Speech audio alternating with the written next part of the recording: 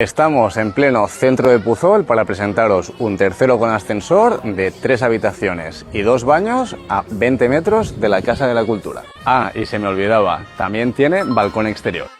Al entrar en la vivienda nos encontramos con este recibidor que nos da paso a la zona del comedor. Como veis, un comedor muy amplio, con mucha luz natural y cuenta con salida al balcón, que lo veremos después. Justo enfrente del comedor tenemos esta maravillosa cocina que, como podéis ver, está toda reformada y cuenta con electrodomésticos completamente nuevos. Llegamos a la zona de descanso donde tenemos 3 habitaciones y 2 baños. Pasamos a ver la primera de las habitaciones, que cuenta con armario empotrado y nos da paso al balcón que comunica con el salón comedor.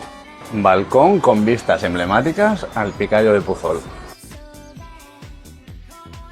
Segunda habitación, como podéis comprobar, exterior y muy amplia. Primero de los baños que da servicio a estas 2 habitaciones. Y por último, la joya de la corona, habitación principal con baño en suite. Tiene toda esta zona de armariada. Su precio, 188.000 euros. Y sí, tenemos todos los servicios alrededor y cuenta con acceso directo a Valencia y Castellón por autovía y carretera. Si quieres más información o agendar una visita, llámame.